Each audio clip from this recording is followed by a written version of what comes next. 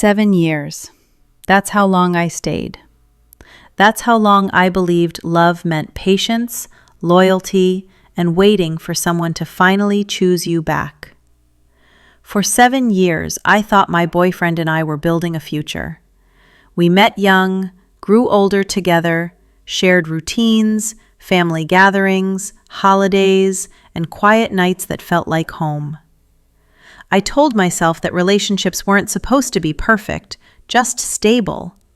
And I believed that time invested meant something.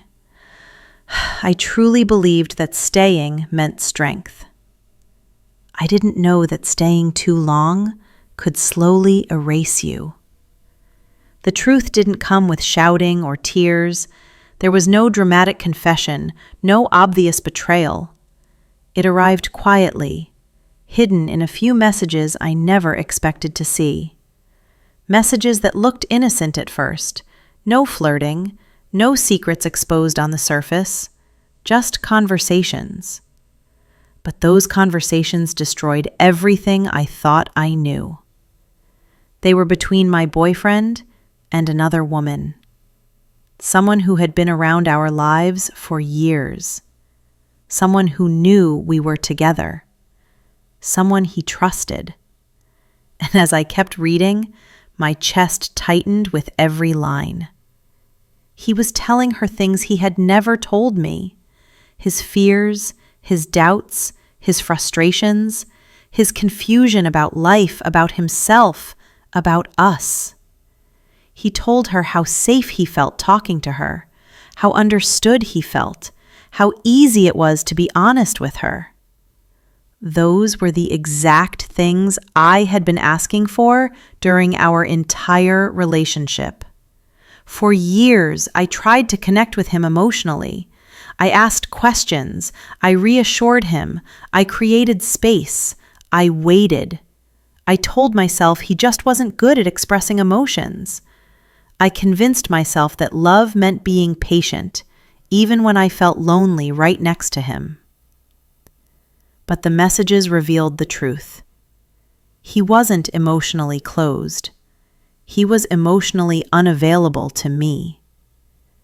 And that realization hurt more than any physical betrayal ever could. After 7 years together, I wasn't the person he turned to when he needed comfort. I wasn't the one he trusted with his deepest thoughts. I wasn't the place where he felt safe being himself. I was his girlfriend, but she was his emotional refuge.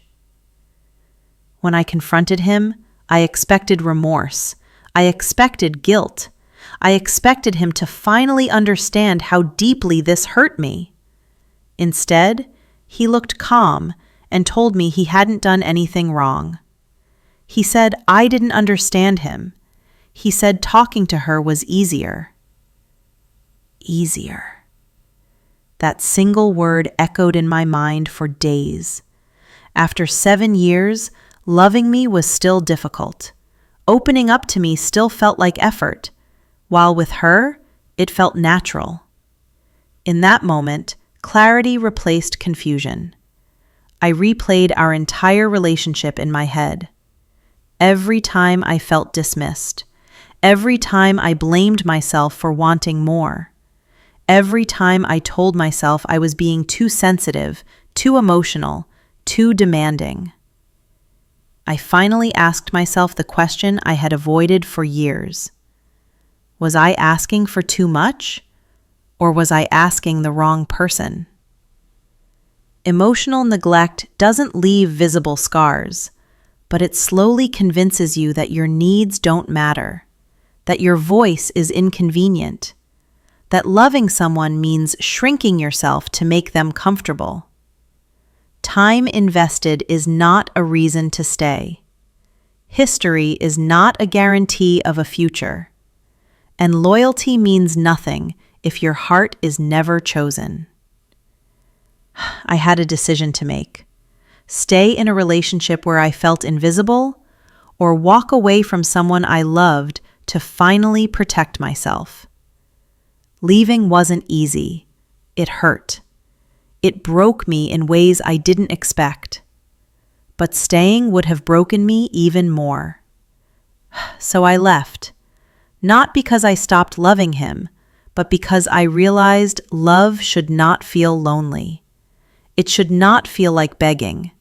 It should not feel like waiting for someone to become the partner they have already shown you they cannot be. If you are listening to this and feel unseen in your relationship, trust that feeling. If you are staying only because of time, history, or fear of starting over, know that you deserve more than emotional leftovers. The right person will not make you compete for emotional space. They will choose you, fully and willingly. Sometimes the most painful truth is also the one that finally sets you free.